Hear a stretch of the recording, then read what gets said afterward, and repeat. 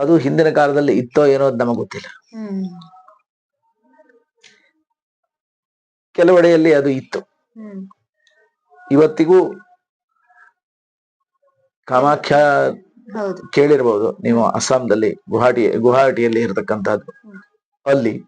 ಹಾಗೂ ಇನ್ನೂ ಈ ಶಕ್ತಿ ಪೀಠಗಳೇನಿದೆಯೋ, ಶಕ್ತಿ ಪೀಠಗಳಲ್ಲಿ ಕೆಲವೆಡೆಯಲ್ಲಿ ಈ ಬಲಿ ಎನ್ನುವಂತಹದ್ದು, ಅಲ್ಲಿ ಮತ್ಸ್ಯ ಮಾಂಸ ಮತ್ಸ್ಯ ಮೀನ ಇತ್ಯಾದಿ 5 ಪಕ್ಷಿಗಳು ಪ್ರಾಣಿಗಳು ಏನಿರ್ತಾವೆಯೋ ಅವುಗಳ ಬಲಿ ಎನ್ನುವಂತಹದ್ದು ಇವತ್ತಿಗೂ ಅಲ್ಲಿ ಕೊಡುವಂತಹದ್ದು ಜಲ, ಅನ್ನಂ ಪತ್ರಂ ಅನ್ನ ಪತ್ರ ಹಾಗೂ ಪುಷ್ಪ, ಜಲ. ಅದೇ ರೀತಿಯಲ್ಲಿ ಬಲಿ ಮುದ್ರೆಗಳು, ಇದಷ್ಟನ್ನ ಸಮರ್ಪಣೆಯನ್ನು ಮಾಡುವಂತಹದ್ದು. ಅಂದ್ರೆ ಸಪ್ಪನ್ನ ಹಾಗೂ ನೀರನ್ನು ಕೊಡುವಂತಹದ್ದು, ಹೂವನ್ನ ಹಾಕಿ ಅರ್ಚನೆಯನ್ನು ಮಾಡುವಂತಹದ್ದು, ಅದೇ ರೀತಿಯಲ್ಲಿ ಅನ್ನದ ಸಮರ್ಪಣೆಯನ್ನು ಮಾಡುವಂತಹದ್ದು. ಇದನ್ನ ಬಲಿಯನ್ನ ವಿಶೇಷವಾಗಿ ಎಲ್ಲೆಡೆಯಲ್ಲೂ 3 ಹೊತ್ತಿನಲ್ಲೂ ಕೊಡುವಂತಹದ್ದು, ಅದನ್ನ ಕೊಡಬೇಕಾಗ್ತದೆ. ಇದು ಎಲ್ಲಾ ದೇವರಿಗೂ ಇದೇ ರೀತಿಯಾದಂತಹ ಅನ್ನಂ ದಧಿ ನಿಶಾಚೂರ್ಣಂ ಲಾಜಾ ಸತ್ತು ಫಲಲಾಢ್ಯಂ, ಅನ್ನ, ಮೊಸರು, ಅದೇ ರೀತಿಯಲ್ಲಿ ಅರಸನ. ಈಗ ದೇವಸ್ಥಾನದ ಪ್ರತಿಷ್ಠಾಪನೆ ಆದಂತಹ ಸಂದರ್ಭದಲ್ಲಿ ಬಲಿ ಹಾಕುವಂತಹದನ್ನ ಮಾಡ್ತಾರೆ. ಈ ಬಲಿ ಹಾಕುವಂತಹದನ್ನು ಹಾಗೆ ಕೆಲವೊಂದು ದೇವರಿಗೆ ಕೆಲವೊಂದು ರೀತಿಯ ಬಲಿ, ಈ ದೇವರಿಗೆ ಈ ರೀತಿಯಾದಂತಹ ಬಲಿ, ಕೆಲವೊಂದು ದೇವರಿಗೆ ಬಲಿಗಳೇ ಇಲ್ಲ, ಇದನ್ನೆಲ್ಲ ಮಾಡ್ತಾರೆ. ಇದನ್ನ ಯಾಕಾಗಿ ಮಾಡ್ತಾರೆ? ಬಲಿ ಮಾಡುವಂತಹ ಪದ್ಧತಿ ಹೇಗೆ ಪ್ರಾರಂಭ ಆಯ್ತು, ಮತ್ತೆ ಇದಕ್ಕೆ ಶಾಸ್ತ್ರದಲ್ಲಿ ಏನಂತ ಹೇಳಿದೆ? ಇಂತಹ ದೇವರಿಗೆ ಇಂತಹದ್ದೇ ಬಲಿ, ಈ ರೀತಿಯಾದ ಏನಾದ್ರೂ ಇದೆಯಾ? ಅದು ಬಲಿ ಬಹಳ ಹಿಂದಿನ ಕಾಲದಲ್ಲಿ, ಈ ಬಲಿ ಅಂತಂದ್ರೆ ಸಾಮಾನ್ಯವಾಗಿ ಎಲ್ಲರೂ ತಿಳಿದುಕೊಳ್ಳೋದು,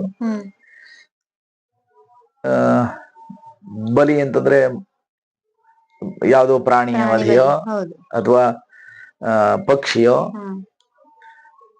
ಅಥವಾ ಮನುಷ್ಯರ ಬಲಿಯೋ, ನರಬಲಿ ಅಂತಲೂ, ಅಥವಾ ಗೋಬಲಿ ಇತ್ಯಾದಿ ಆಗಲಿ ಬಹಳಷ್ಟು ತಿಳಿದುಕೊಳ್ತಾರೆ. ಅದು ಹಿಂದಿನ ಕಾಲದಲ್ಲಿ ಇತ್ತೋ ಏನೋ ಅದು ನಮಗೆ ಗೊತ್ತಿಲ್ಲ.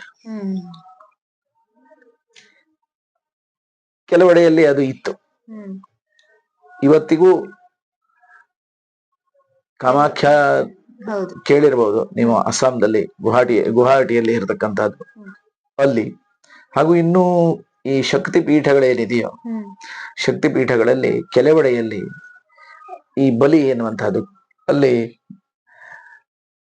ಮತ್ಸ್ಯ ಮಾಂಸ ಮತ್ಸ್ಯ ಮೀನ ಇತ್ಯಾದಿ 5 ಪಕ್ಷಿಗಳು ಪ್ರಾಣಿಗಳು ಏನಿರ್ತಾವೆಯೋ ಅವುಗಳ ಬಲಿ ಎನ್ನುವಂತಹದ್ದು ಇವತ್ತಿಗೂ ಇದೆ. ಜೊತೆಗೆ ಪ್ರತಿನಿತ್ಯವೂ ಕೂಡ ದೇವರ ಬಗ್ಗಾಗಿ ಒಂದು ಕೋಣನ ಬಲಿ ಇವತ್ತಿಗೂ ಇದೆ.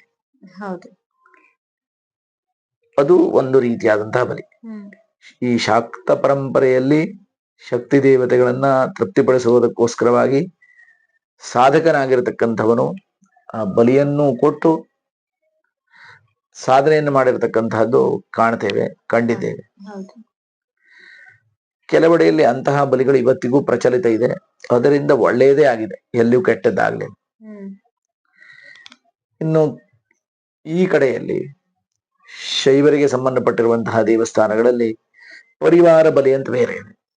ಅಂದ್ರೆ ಪ್ರಧಾನ ದೇವರು ಈಶ್ವರನೋ ಅಥವಾ ಇಲ್ಲೇ ಹೇಳಿರುವಂತ ವೀರಭದ್ರನೋ, ಹಾಗೆ ಮತ್ತೊಂದು ಬಹಳಷ್ಟು ದೇವತೆಗಳಿರ್ತಾವೆ. ಆ ದೇವರಿಗೆ ಇಂತಿಷ್ಟು ಪರಿವಾರ ದೇವತೆಗಳು, ಕೆಲವು ದೇವತೆಗಳಿಗೆ 53 ದೇವತೆಗಳು, ಕೆಲವರಿಗೆ 61 ದೇವತೆಗಳು ಹಾಗೂ 60 ದೇವತೆಗಳು, ಹೀಗೆ ವಿಭಿನ್ನವಾಗಿ ಬೇರೆ ಬೇರೆ ದೇವರಿಗೆ ಸಂಬಂಧಪಟ್ಟು ಪರಿವಾರ ದೇವತೆಗಳು ಬೇರೆ ಇರ್ತಾವೆ.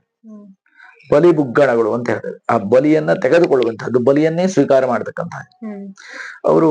ಅಂತಹ ಕೆಲವೆಡೆಯಲ್ಲಿ ಅನ್ನ ಬಲಿ ಇದೆ, ಕೆಲವೆಡೆಯಲ್ಲಿ ಸಪ್ಪು, ಕೆಲವೆಡೆಯಲ್ಲಿ ಅಕ್ಕಿ, ಇನ್ನು ಕೆಲವೆಡೆಯಲ್ಲಿ ಬೇರೆ ಬೇರೆ ದ್ರವ್ಯಗಳು, ಅಂದ್ರೆ ಪುಷ್ಪ, ಅನ್ನಂ ಪತ್ರಂ ಅದೇ ರೀತಿಯಲ್ಲಿ ಪುಷ್ಪ, ಜಲ, ಅನ್ನ ಇತ್ಯಾದಿಗಳನ್ನೇ ಸ್ವೀಕಾರ ಮಾಡತಕ್ಕಂತಹ ದೇವತೆಗಳು. ಇನ್ನು ನಮ್ಮಡೆಯಲ್ಲಿ ಬೇರೆ ಬೇರೆಡೆಯಲ್ಲಿ ಬೇರೆ ಬೇರೆ ಜನರು ಕೂಡ ಸಮರ್ಪಣೆ, ಕೋಳಿಯ ಬಲಿ ಇದೆ, ಕುರಿಯ ಬಲಿ ಇದೆ, ಇದೆಲ್ಲ ಪ್ರಾಣಿಗಳನ್ನೇ ಬಲಿ ಕೊಟ್ಬಿಡ್ತೇವೆ. ಆದ್ರೆ ಯಾವುದು ದೇವಸ್ಥಾನ ಎನ್ನುವಂತಹ ಒಂದು ವ್ಯವಸ್ಥೆಗೆ ಬಂತೋ ಅಂತಹ ಕಡೆಯಲ್ಲಿ ಶಂಕರಾಚಾರ್ಯರಂತಹ ಒಂದು ಜನ ನಮಗೆ ನಮ್ಮ ಗುರುಗಳಾಗಿ ಯಾವಾಗ ನಮ್ಮ ಎದುರುಗಡೆ ಬಂದ್ರು, ಅಲ್ಲಿಗೆ ಈ ಬಲಿಯ ಪ್ರಕರಣ ಎನ್ನುವಂಥದ್ದು ಒಂದೆಡೆ ಅಂದ್ರೆ ಪ್ರಾಣಿ ಬಲಿ ಎನ್ನುವಂತಹದ್ದು ಅಲ್ಲಿಗೆ ಮುಕ್ತಾಯ ಆಗಿದೆ. ಅದು ನಿರ್ಬಂಧಗೊಂಡಿದೆ. ನಮ್ಮ ಅನೇಕ ಗುರುಗಳು ಕೂಡ ಹೇಳುವಂತೆ ಈ ಪ್ರಾಣಿ ಬಲಿ ಅನ್ನುವಂಥದ್ದು ಬೇಡ. ಇದಕ್ಕೆ ಸರಿಸಮನಾಗಿ ಯಾವ ದ್ರವ್ಯಗಳನ್ನ ಶಾಸ್ತ್ರದಲ್ಲೇ ಹೇಳಿದ್ದಾರೋ ಅದನ್ನು ಅನುಸರಿಸಿ ಬಲಿಯನ್ನು ಮಾಡಿ. ಶಾಸ್ತ್ರದಲ್ಲಿ ಅದನ್ನು ಹೇಳಿದ್ದಾರೆ. ಈಗ ಒಂದೊಂದು ಪ್ರಾಣಿಗಳಿಗೆ ಒಂದೊಂದು ದ್ರವ್ಯಗಳನ್ನು ಹೇಳಿದ್ದಾರೆ. ಕೆಲವರಿಗೆ ಬದನೆಕಾಯಿ, ಕೆಲವರಿಗೆ ತೊಂಡೆಕಾಯಿ, ಕೆಲವು ಪಕ್ಷಿಗಳ ಬಗ್ಗಾಗಿ, ಪ್ರಾಣಿಗಳ ಬಗ್ಗಾಗಿ ಕುಂಬಳಕಾಯಿ, ಹೀಗೆ ಬೇರೆ ಬೇರೆ ದ್ರವ್ಯಗಳನ್ನ ಹೇಳಿದ್ದಾರೆ. ಕೆಲವೊಂದಕ್ಕೆ ಈ ಬಾಳೆಯ ಮರ, ಬಾಳೆದಿಂಡು, ಅವುಗಳ ಬಲಿಯನ್ನು ಹೀಗೆ ಅದನ್ನ ಹೇಳಿದ್ದಾರೆ. ಸಾಮಾನ್ಯವಾಗಿ ಇದೆಲ್ಲವೂ ಹೋಗಿ ನಮ್ಮ ಗ್ರಂಥಗಳು ಇವತ್ತು ಹೆಚ್ಚಿನದಾಗಿ ಒಪ್ಪಿರತಕ್ಕಂತಹದ್ದು ಭೂತಕೂರ ಹವಿ ಎನ್ನುವಂತಹ ಒಂದು ದ್ರವ್ಯವನ್ನು ನಾವು ಸಮರ್ಪಣೆ ಮಾಡ್ತೇವೆ. ಅನ್ನಂ ದಧಿ ನಿಶಾಚೂರ್ಣಂ ಲಾಜಾ ಸತ್ತು ಫಲಲಾಢ್ಯಂ. ಅನ್ನ, ಮೊಸರು, ಅದೇ ರೀತಿಯಲ್ಲಿ ಅರಸನ, ಹೊದಲು, ಸಕ್ಕುತು ಅಂದ್ರೆ ಹಿಟ್ಟು, ಅದೇ ರೀತಿಯಲ್ಲಿ ಕುಂಬಳಕಾಯಿ, ಇವಿಷ್ಟನ್ನು ಸೇರಿಸಿದಾಗ ಉಳಿದೆಲ್ಲ ದ್ರವ್ಯಗಳು ಕೂಡ ಬಂತು. ಅದಕ್ಕೆ ಮತ್ತೆ ಬೇರೆ ಪ್ರಾಣಿಯೋ ಪಕ್ಷಿಯೋ ಮತ್ತೊಂದು ಇನ್ನೊಂದು ಯಾವುದೋ ಅವಶ್ಯಕತೆ ಇರುವುದಿಲ್ಲ. ಅದಕ್ಕೆ ಭೂತಕೂರ ಹವಿ ಅಂತ ಕರೀತೇವೆ. ಆ ದ್ರವ್ಯವನ್ನು ಹಾಕಿ ಬಲಿಯನ್ನು ಕೊಡುವಂತಹದ್ದು. ಹಾಗಾದ್ರೆ ಬಲಿ ಅಂತಂದ್ರೆ ಏನು? ಇದು ಪ್ರಧಾನವಾಗಿರುವಂತಹ ಒಂದು ಪ್ರಶ್ನೆ. ಬಕಾರಂ ಬಲದಂ ವಿದ್ಧಿ ಲಿಕಾರಂ ಧ್ಯಾನ ಸಂಭವ ಬಕಾರ ಲಿಕಾರ ಸಂಯುಕ್ತೋ ಬಲಿಶಬ್ದ ಪ್ರಕೀರ್ತಿತ ಅಂತ ರೌರವಾಗಮ ಎನ್ನುವಂತಹ ಒಂದು ಆಗಮ ಹೇಳ್ತದೆ. ಅಂದ್ರೆ ಬಲವಾಗಿ ಬಕಾರ, ಬಲಿ ಹೇಳುವಂತಹ 2 ಅಕ್ಷರ ಇದೆ.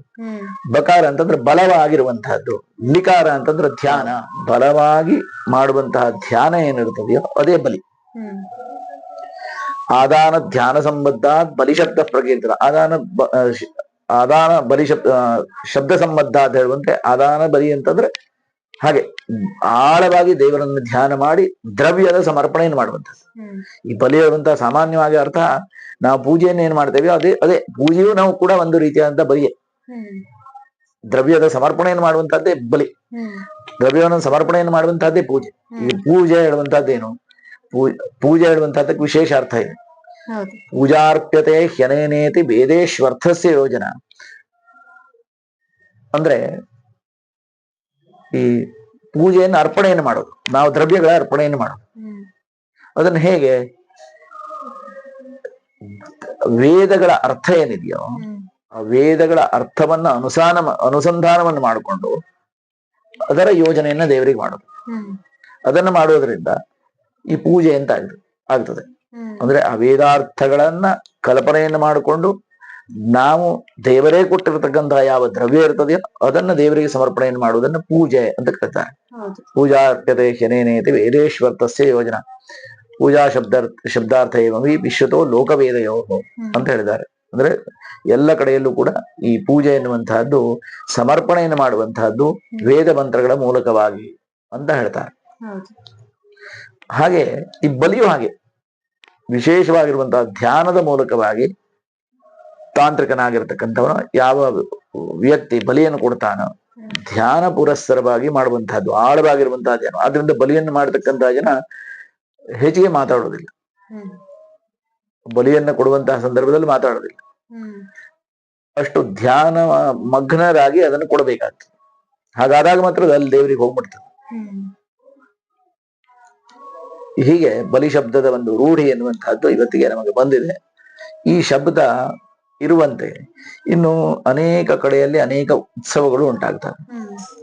ಕೆಲವೆಡೆಯಲ್ಲಿ 1 ದಿವಸದ ಉತ್ಸವ ಇರ್ತದೆ, ಕೆಲವೆಡೆಯಲ್ಲಿ 3 ದಿವಸದ ಉತ್ಸವ ಇರ್ತದೆ, ಕೆಲವೆಡೆಯಲ್ಲಿ 5 ದಿವಸ, 7 ದಿವಸ, 9 ದಿವಸ, 12 ದಿವಸ, 15 ದಿವಸ, 1 ತಿಂಗಳ ಪರ್ಯಂತವಾಗಿ ಹೀಗೆಲ್ಲ ಆಯಾ ದಿವಸ ಇಂತಿಂತಹ ಬಲಿಯನ್ನೇ ಕೊಡಬೇಕು ಅಂದ್ರೆ ಹೇಳಿದ್ದಾರೆ ಶಾಸ್ತ್ರದಲ್ಲಿ.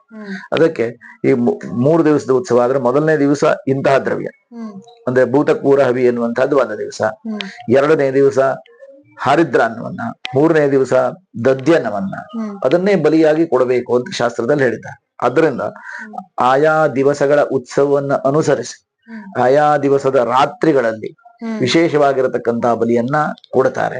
ಅದರ ಹೊರತಾಗಿ 3 ಹೊತ್ತು ಪ್ರಾತಃ ಕಾಲ ಹಾಗೂ ಮಧ್ಯಾಹ್ನ ಕಾಲ ಈ 2 ದಿವಸದಲ್ಲೂ ಕೂಡ ಬಲಿಯನ್ನು ಕೊಡ್ತಾರೆ. ಅಲ್ಲಿ ಕೊಡುವಂತಹದ್ದು ಜಲ, ಅನ್ನಂ ಪತ್ರಂ ಅನ್ನ ಪತ್ರ ಹಾಗೂ ಪುಷ್ಪ, ಜಲ, ಅದೇ ರೀತಿಯಲ್ಲಿ ಬಲಿ ಮುದ್ರೆಗಳು, ಇದಷ್ಟನ್ನ ಸಮರ್ಪಣೆಯನ್ನು ಮಾಡುವಂತಹದ್ದು. ಅಂದ್ರೆ ಸಪ್ಪನ್ನ ಹಾಗೂ ನೀರನ್ನು ಕೊಡುವಂತಹದ್ದು, ಹೂವನ್ನ ಹಾಕಿ ಅರ್ಚನೆಯನ್ನು ಮಾಡುವಂತಹದ್ದು, ಅದೇ ರೀತಿಯಲ್ಲಿ ಅನ್ನದ ಸಮರ್ಪಣೆಯನ್ನು ಮಾಡುವಂತಹದ್ದು. ಇದನ್ನ ಬಲಿಯನ್ನ ವಿಶೇಷವಾಗಿ ಎಲ್ಲೆಡೆಯಲ್ಲೂ 3 ಹೊತ್ತಿನಲ್ಲೂ ಕೊಡುವಂತಹದ್ದು, ಅದನ್ನ ಕೊಡಬೇಕಾಗ್ತದೆ. ಇದು ಎಲ್ಲಾ ದೇವರಿಗೂ ಇದೇ ರೀತಿಯಾದಂತಹ, ಸಾಮಾನ್ಯವಾಗಿ ಎಲ್ಲ ದೇವತೆಗಳಿಗೂ ಇದೇ ರೀತಿಯಾದಂತಹ ಒಂದು ಪರಿಪಾಠ ಇದೆ. ಆದ್ರೆ ಆಯಾ ದೇವತೆಗಳಿಗೆ ಅನುಸಾರವಾಗಿಯೂ ನಾವು ಇಂತಿಷ್ಟು ದಿವಸದ ಉತ್ಸವ ಅಂತ ನಾವೇನ್ ನಿರ್ಧಾರ ಮಾಡ್ಕೊಂಡಿರ್ತೇವೆ ಅದರಲ್ಲೂ ಬದಲಾವಣೆ ಇರ್ತದೆ. ಆದ್ರಿಂದ ಸಾಮಾನ್ಯವಾಗಿ ದುರ್ಗೆ ಆದ್ರೆ 7 ದಿವಸ, ಗಣಪತಿ ಆದ್ರೆ 5 ದಿವಸ, ಈಶ್ವರ ಆದ್ರೆ 9 ದಿವಸದ ಉತ್ಸವ, ಹೀಗೆಲ್ಲ ಕಲ್ಪನೆಯನ್ನು ಮಾಡಿಕೊಂಡು ನಾವೇನು ಉತ್ಸವವನ್ನ ಮಾಡ್ತಾ ಇರ್ತೇವೆ ಅದಕ್ಕನುಗುಣವಾಗಿ ಅದೇ ಪ್ರಚಲಿತವಾಗಿ ಬಂತು. ದುರ್ಗೆಗಾದ್ರೆ 7 ದಿವಸ ಬಲಿಯನ್ನು ಕೊಡುವಂತಹದ್ದು, ಹೀಗೆ ಸಾಧಾರಣವಾಗಿ ಇರುವಂತಹದ್ದು. ಅದರ ಹೊರತಾಗಿಯೂ ಆಯಾ ದೇವತೆಗಳಿಗೆ 9 ದಿವಸ ಮಾಡುವಂತಹ ಉತ್ಸವ ಇರ್ತದೆ, 7 ದಿವಸ, 3 ದಿವಸ, 4 ದಿವಸ, ಒಂದೇ ದಿವಸ, ಹೀಗೆ ನಡೆಸ್ತಕ್ಕಂಥ ಉತ್ಸವಕ್ಕೆ ಅನುಸಾರವಾಗಿ ಅಲ್ಲಲ್ಲಿಯ ಬದಲಾವಣೆಯೂ ಕೂಡ ಇರ್ತವೆ. ಆ ಬದಲಾವಣೆಗೆ ಅನುಸಾರವಾಗಿ ಬಲಿಯೂ ಕೂಡ ಬದಲಾವಣೆ ಆಗ್ತದೆ. ಅದು ಅಲ್ಲಿಯ ಪರಂಪರೆ, ಅದಕ್ಕೆ ಅನುಸಾರವಾಗಿ ಬಲಿದಾನ. ಅಲ್ಲಿಯ ತಾಂತ್ರಿಕ ಏನಿರ್ತಾನೋ ಅದಕ್ಕೆ ಅವನೇ ನಿರ್ದೇಶಕನಾಗಿ, ಅವನೇ ಸಮಗ್ರವಾಗಿ ಹೊಣೆಯನ್ನು ಹೊತ್ಕೊಂಡು ಮಾಡ್ತಾ ಇರ್ತಾನೆ, ಅವನೇ ಮಾಡ್ಬೇಕಾಗ್ತದೆ. ಯಾವ ದೇವಸ್ಥಾನದಲ್ಲಿ ಯಾವ ಪದ್ಧತಿಗಳಿದ್ರೆ ಅದರ ರೀತಿಯಲ್ಲೇ ಮಾಡ್ಬೇಕಾಗ್ತದೆ. ಈ ಬಲಿ ಸೊಪ್ಪನ್ನ ಹಾಕ್ತಾರಲ್ಲ, ಇದ್ರಲ್ಲಿ ಏನಾದ್ರೂ ವಿಶೇಷತೆ ಇದೆಯಾ? ಅದಕ್ಕೆ ಬೇರೆ ಬೇರೆ ಜಾತಿಯ ದ್ರವ್ಯಗಳನ್ನ ಹೇಳಿದೆ, ಬೇರೆ ಬೇರೆ ಜಾತಿಯ ಸೊಪ್ಪುಗಳಿದೆ. ಇವತ್ತು ತುಂಬೆ ಸೊಪ್ಪು ಅಂತ ಬೇರೆ ಹೇಳ್ತಾರೆ, ನುಕ್ಕಿ ಸೊಪ್ಪು ಬೇರೆ ಇದೆ, ಅದಕ್ಕೆ ಮಾವಿನ ಸೊಪ್ಪು ಬೇರೆ ಇದೆ. ಅದಕ್ಕೆ ಆಯಾ ದ್ರವ್ಯಗಳಿರ್ತಾವೆ, ಆ ದ್ರವ್ಯಗಳನ್ನೇ ಕೊಚ್ಚಿ ಅದನ್ನೇ ಹಾಕ್ತೇವೆ. ಅದು ವಿಶೇಷವಾಗಿರ್ತಕ್ಕಂತಹ ಪರಿಮಳವನ್ನು ಕೊಡ್ತದೆ, ಪ್ರಕೃತಿಯನ್ನ ಶುದ್ಧಿಗೊಳಿಸ್ತದೆ.